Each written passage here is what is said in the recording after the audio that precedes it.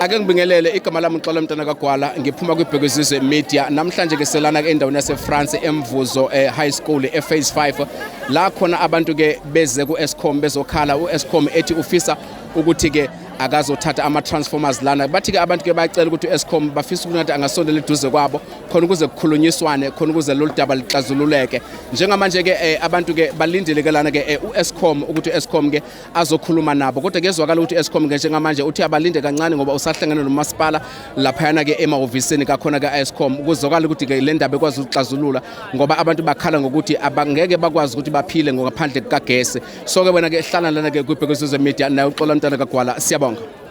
uEskom ushintshile manje ipolicy yakhe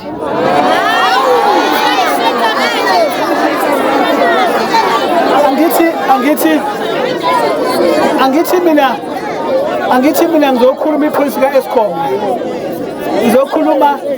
ngizokhuluma iEskom policy la ukuthi uEskom uyishintshile lento ukuthi makufika transformer vele ayilungise nje uma itransformer ifile manje uma ngabe itransformer ifile manje into esiyenzayo noma ngabe kuthi ushayiswe imoto noma ngabe kuthi shawe yizulu noma ngabe kuthiwa injani before itransformer silungise as Eskom siqale kuqala singene umuzi nomuzi uma njengamanje bahamba bekhipha itransformer se4 bekhipha se5 kungathatha ngisho unyaka wonke nangonyaka ozayo ungabuyelanga lo yagesi wase4 kunabantu abaphila ngemedication ekufuna ihlale emafrijini kunenyama ezithengiwe ekufuna zibe khona emafrijini nezingane ekufuna ziphathe izinto esikoleni ekufuna sifake emafrijini kungani thina singayicabangi sicele yabo njengamanje thina sesindla kanhlaka la asiyona lento ufuna ngabe siyona umphakathi sizocela kuEskom siyabonakala ke ukuthi nje abantu ke bahlangene lana umphakathi benenkinga kagesi sesizwele ke lapha uzama ukubeka ucacisa ukuthi yindaba ugesi nucishile kunama transformer akhona lana ungasicacisela nje kafishana ukuthi lama transformer othi angeke ugesi ube khona engakhishwanga afakwa kanjani ama transformer akhona la sine transformer eyodwa la ebethi soyikhipha izona uIO8 afakwe umphakathi ama-transformer kade efile afa ama-transformer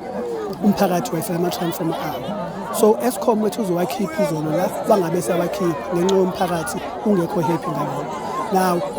wona afakwe umphakathi akusiwo kaEskom Eskom uthi ke asikwazi ukuba nama-transformer afakwe umphakathi a-operate kwi-network yethu iloko nje kelisa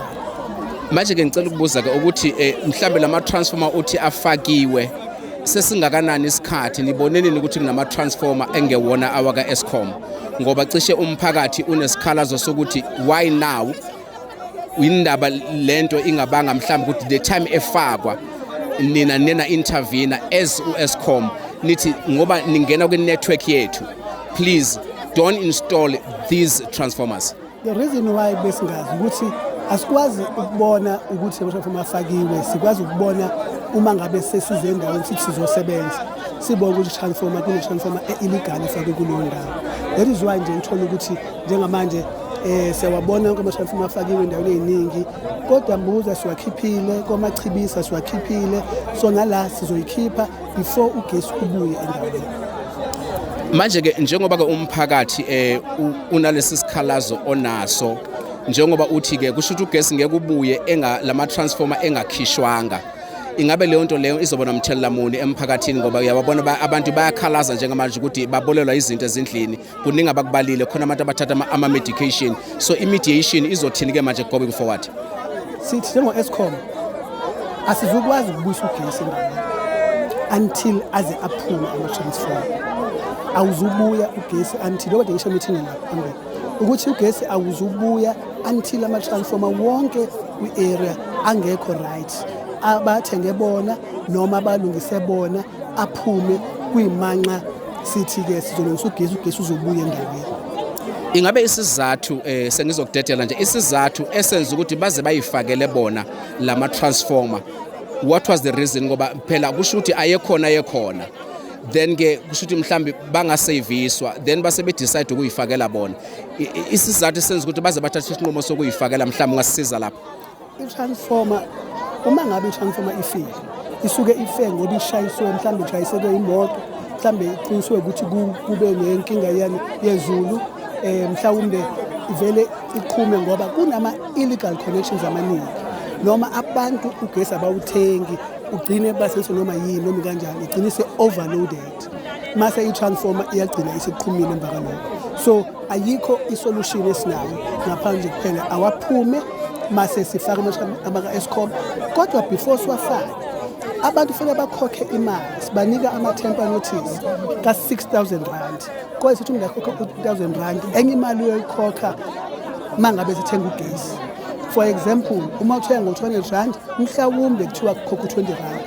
mhlawumbe uthenga ngo-100 rand mhlawumbe kuthiwa kukhokha u-200 rand. I don't know ukuthi mayini ezosho Eskom manje akashiwo kodwa into esenzayo kwamanje nje sithatha imali ewu-3 from 6,000 rand abantu sabanciphisela sithi abathatha abakhokhe u-2,000 rand kuphela.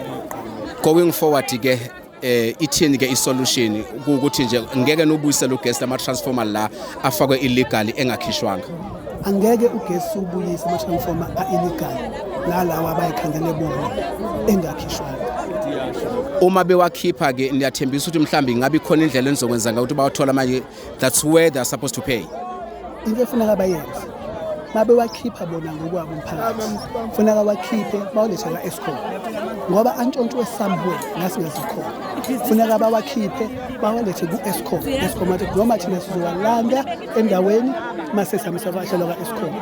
mase abantu bayakhokha-ke up to 75% abantu funeka bakhokhe and then ke emva lokho mase ingabe le ndaba ka-Eskom is not